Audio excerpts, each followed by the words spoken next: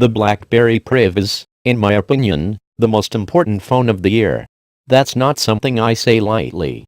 The Priv gets so many things right and has a uniquely beneficial experience that you can't get on any other device, but like every other phone there are flaws. Is the Priv the phone of the year or just another nail in BlackBerry's coffin? The display. The display on the Priv is visually great. Colors are accurate, text is crisp, and the curve along the edge of the display makes Android's slide-out menus feel more real. My unit screen did have a little give in it towards the middle, but it didn't seem to affect anything and hopefully was just a defect on my unit.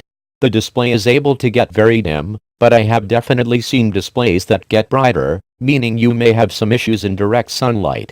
The screen, of course, slides up to reveal the keyboard. It is not something you can make happen with a flick of the wrist, although with enough momentum in the right direction it is possible, because the locking mechanism doesn't allow for it, which is a good thing. If the screen is off you can simply slide up by pressing at the bottom of the display to open it, but obviously that gesture is a bit of an issue with the screen on. In that situation there is a little raised edge along the bottom of the display, but above the speaker that is perfect for you to place your thumb under to slide up, even in one hand. The vertical slider isn't a new form factor, but it is good to see a company execute it well. My only complaint with this implementation is that you can't slide down the slider to end a call. I have vivid memories of friends hanging up calls on their LG chocolate feature phones. It seems like an obvious thing to add, but like the Pri, it isn't there. Oh well. Hardware design.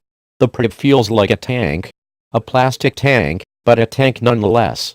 That's not a bad thing, but don't expect the Priv to delicately slide into your pocket. I actually found myself favoring placing the phone in the back pocket of my jeans while walking around. While the Priv is thick by today's standards, and thin by 5 years ago's standards, it is by no means unwieldy. The Priv always felt solid in hand and the grippy back made me feel very confident to hold and use the device in one hand. The body looks downright handsome in its stealth black paint. Where other phones look delicate with their bendable aluminum bodies and glass backs, the Priv feels like a solid, well-constructed pocket computer. The right side of the phone has the volume up and down keys and in between them is a button to switch between Do Not Disturb, Priority, or normal notification levels. Unfortunately, repeatedly pressing the button does not cycle through the options nor can you use the volume keys to cycle between them. Also, the button doesn't work with the screen turned off. So it's really just a slightly faster way to get that screen up before you have to reach up to touch the display again. That said, the buttons do feel pretty solid if a little wobbly. The power button is on the left. It too feels a little wobbly.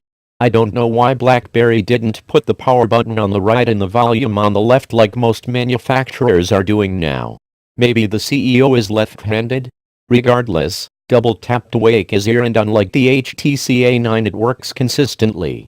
The body of the Priv is curved to match the sloping glass on the front, but the middle edges are flat so that the phone is easy to grip. There are two logos, one in the back with just the logo and one at the front top of the device with the logo and the word BlackBerry. Both are in silver and are relatively unobtrusive, but I do wish manufacturers would stop stamping their names on the front of the phone. Like almost every other flagship phone there is a camera hump, but I rarely noticed it. The bottom of the phone has a micro USB port, shame, at the center and the headphone jack on the right. It looks downright sparse and I love it. The placement of the headphone jack makes it relatively easy to find with a cursory brush against the bottom of the device. The top of the phone features a micro SD card tray and the SIM tray. For whatever reason the SIM card needs to be placed on the bottom of the tray, facing the back of the phone, instead of on the top. This isn't a big deal, but it is an odd design that was confusing at first. The keyboard. The keyboard on the Priv is probably my favorite thing about it. Can I type faster on a software keyboard? Yes, but I can't help but feel more productive on the Priv. If you have never used a phone with a hardware keyboard then it might take you longer to adjust, but I found that by the end of my first day with the Priv I had restored my old habits again. My favorite use for the keyboard, though, isn't typing. It's scrolling. When I'm in Talon or Instapaper I adore being able to scroll with the keyboard. I find it's akin to scrolling through text on a tablet where you have as much screen real estate that you can scroll with your thumb in the margin without noticing it's there, or course, to scrolling with a mouse. You can also use the trackpad to move the cursor around by double tapping and holding and then swiping to wherever you want the cursor. It's not an easy to find gesture, but it's better than the software version of pecking at the screen until it moves the cursor to the right spot. I do wish the trackpad feature was a little more robust so I could use it to swipe between panels in an app like Tweetings, but it goes a long way towards making the overall experience with text much better. If you're able to focus on typing, though, it can be a wonderful, focused experience, as your typing suggestions will pop up just above Android's navigation keys. You can select these suggestions by tapping on them or by swiping towards them on the keyboard. Most of the time I found myself just backspacing or correcting a typo when I saw it if autocorrect didn't get it on its own, but for one-handed typing it is useful. There is a dedicated symbol key that pops up a keyboard window with symbols that are then mapped to the physical keyboard, but I found it faster and easier to access this menu by simply swiping down on the keyboard instead of hitting the dedicated button. As long as you're using the stock launcher, you can also set shortcut keys for individual presses or long presses on the keyboard. These shortcuts can be actions, like call so and so or turn off Wi-Fi or add a new contact, or to launch apps. For example, I have T set to launch Talon, I Instapaper, G Inbox, M Apple Music, and K to speed dial my wife. I found this to be incredibly geeky and lovely. This is why nerds like us love devices with keyboards. Another related feature that I loved was the ability to jump to the top of an app by pressing T on the keyboard or the bottom by pressing B. Strangely, this didn't work in Chrome, but it did work in Instagram and Twitter apps like Talon, Fenix, and Tweetings. Being able to jump to the top of a list has been built into iOS for years, so having a hardware shortcut that works in many apps is nice to have. The software keyboard is about as good as any other, although the lack of swipe support will make it a tough sell for some. Rather than suggestions lining up above the keyboard, words are placed all over the keys.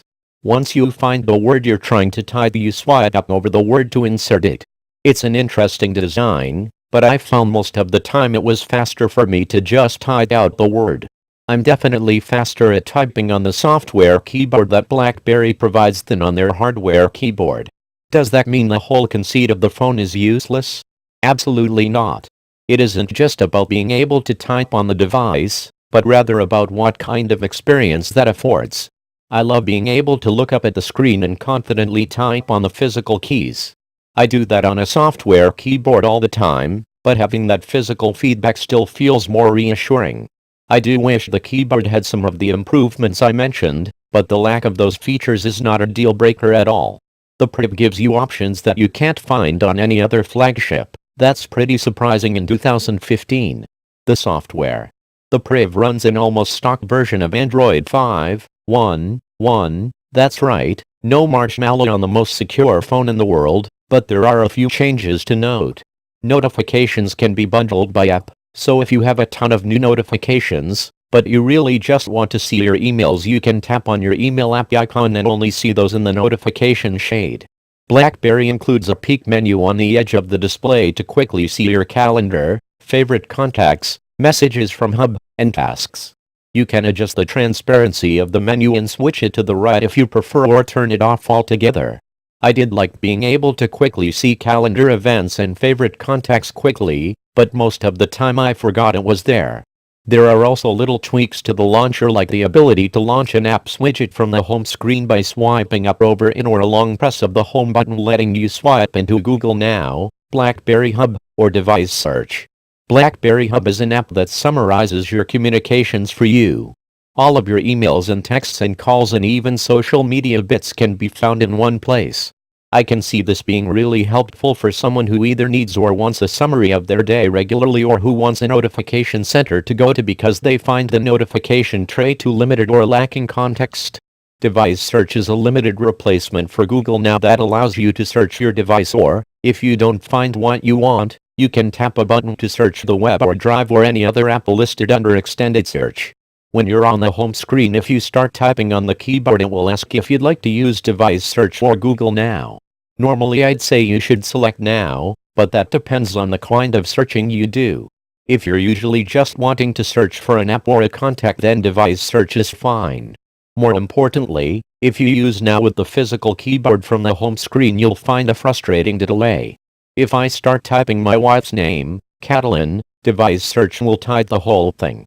With now, there is a delay between the first character and the app launching so that it misses the next two characters and types Catalin instead. If you wait for the app to launch after typing the first letter or your query, then you'll be fine, but that annoying delay led me to use device search for local searches and then launch Chrome for a web search. One change that I love on the Priv is the layout for multitasking.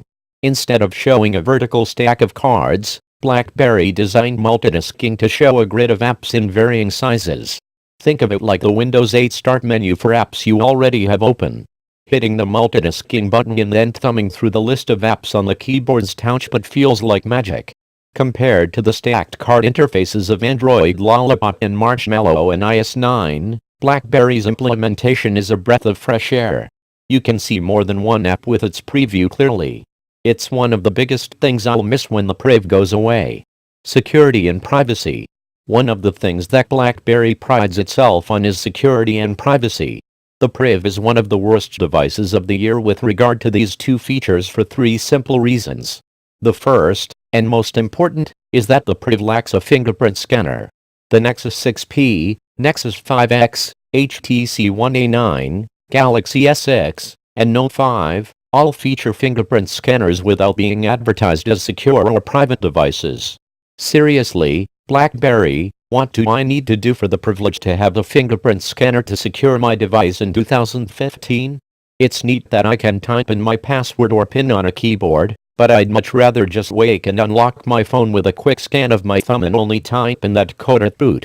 The second is that DTEK thinks it's secure for me to have the password or PIN that locks my device after 10 minutes. If I were to allow that setting, then I could, in theory, unlock my phone to check Instagram and then set down my phone. From that point, there is a 10-minute window for someone to steal my phone and gain access to all of my accounts because he or she has access to my email. BlackBerry should not be giving that default setting a passing score. I also love that DTEK has a section that says that my device is secure because it is a BlackBerry. The third is that the Priv runs Android 5.1.1. Well, this shouldn't be too upsetting for users considering Marshmallow is only just over a month old. From a security standpoint, it is a bit of an issue. Maybe BlackBerry will be quick with updates, but there's a good chance that unless BlackBerry picks up the pace, the OS itself will become a security issue. Performance. Performance on the Priv was great. Between the Snapdragon 808 and the 3GB of RAM, apps launched quickly, ran well, and stayed in memory for plenty of time. The device does run hot when under the stress of a game, which shouldn't come as a surprise considering this year's Snapdragons, and battery life definitely takes a hit. That being said, the Priv took everything I threw at it with aplomb. If you live in a cold area and like having a warm phone with a physical keyboard, then the Priv makes for a nice solution. Audio. The front-facing speaker on the Priv is great to see. It's not a boom sound speaker or anything, but it's plenty loud for speakerphone calls or listening to music in an otherwise quiet room. I put the Beach Boys on while washing dishes and I could hear Brian and the gang perfectly well. I do wish the volume got louder with headphones, though. With headphones the audio is certainly audible, but my iPhone and the Galaxies are able to get several clicks louder. Pricing and availability. The BlackBerry Priv is available right now at AT&T for $24.67 per month on a payment plan or $249.99 on a 2-year contract. You can also buy the Priv directly from BlackBerry for $699.99. The model from BlackBerry will work with AT&T or T-Mobile. Verizon has promised that they too will carry the Priv, but I wouldn't expect to see it until sometime next year. February is my guess. This isn't the best availability we've seen on a phone, but my guess is that BlackBerry got a little kickback for being exclusive with AT&T for a bit. I'm also not a huge fan of the pricing, but remember most top-tier phones have been within $50 of this price point until very recently. The reality is BlackBerry knows they aren't going to reach Apple or even Samsung sales with this phone, so their average selling price needs to be higher in order for them to stay in business. I think that's a fair trade-off for those who want a BlackBerry. Those people are still out there, trust me. Battery life. Battery life on the Priv was less than stellar. Like most of the phones we've seen this year, fast charging is a nice workaround for the same problem. The Priv actually has a decent-sized battery in it, and compared to its thickness I expected better results. On my first full day with the phone it lasted until 3:30 p.m. when it was around 10%. That morning I caught up on Twitter, streamed music to work, and worked on this review. On my second full day the phone was at 25% by 3:15 after some Twitter, gaming, Spider-Man Unlimited, taking some photos, checking Instagram, and working on this review. On the third day I managed to get to 4:15 before the phone hit 15%. As the week progressed I continued to get similar battery life, meaning you will almost certainly need to charge in the afternoon unless you don't use your phone much. If you're interested in the Priv, the good news is that this news probably won't dissuade you from getting the phone, seeing as battery life is a problem on most Android phones. Cameras. The front-facing camera on the Priv is good in bright light. In anything other than bright conditions you're going to want someone else to take your selfies for you unless you love blue-green hazes over your photos. The fact that BlackBerry shipped a front-facing camera this bad in 2015 just goes to show how little they care or know about what people want in a smartphone. The rear-facing camera on the Priv takes good shots. The dynamic range was surprisingly good in shots where the light differed, and it performs well enough in low-light situations. I love being able to frame a shot and pressing the spacebar on the keyboard to fire the shutter. That led to an experience a bit more akin to shooting with an actual camera, and I felt like I was able to stabilize the shot better than I can if I have to push in a volume button or peck at the screen. The frustrating and ultimately disappointing part about the camera is that it is downright slow. If you have children and don't use a dedicated camera like a Fuji X100T to take pictures of them, don't get this phone.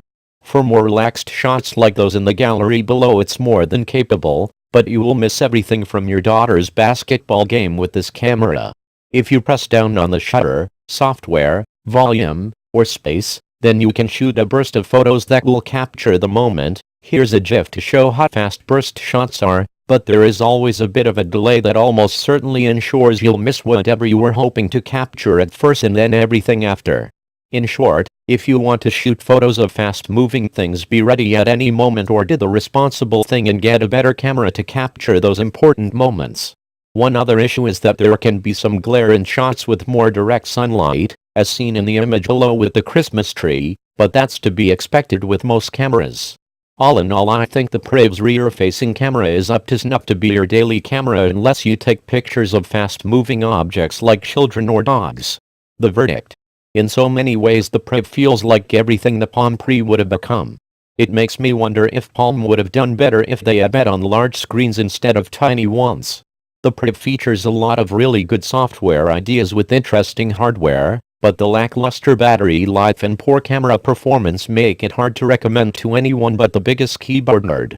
If you don't use your phone to take a lot of pictures and you don't mind having to charge your phone, then the Priv is worth looking at.